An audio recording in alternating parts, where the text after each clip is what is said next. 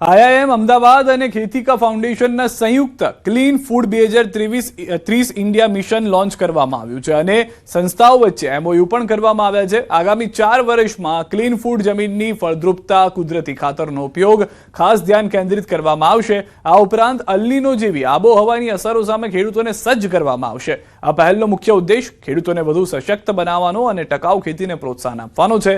આ અભિયાનના ભાગરૂપે આગામી નવેમ્બર મહિનામાં ક્લીન ફૂડ ઇન્ડિયા 2030 સમિટનું આયોજન પણ કરવામાં આવશે, જેમાં દેશભરના कृषि निष्णांतों भाग लेશે. तो नेक्स्ट 4 साल में हम इंडिया में कैसा क्लीन फूड को हम प्रमोट कर सकते हैं, तो इसलिए हम फार्मर्स के साथ ट्रेनिंग प्रोग्राम्स कर रहे हैं. जो नेचुरल फर्टिलाइजर्स कैसे डेवलप कर सकते हैं, जो हमारा फार्म में ही जो मिलता है उसी से जीवामृत और अलग तरफ का नेचुरल फर्टिलाइजर्स बना के उसको यूज़ करने का, सो दैट ये शॉर्टेज, ये जो भी इशू होने वाला है एल नीनो का, उसको काउंटर करने के लिए, सो दैट उसका प्रोडक्टिविटी में इम्पैक्ट नहीं हो.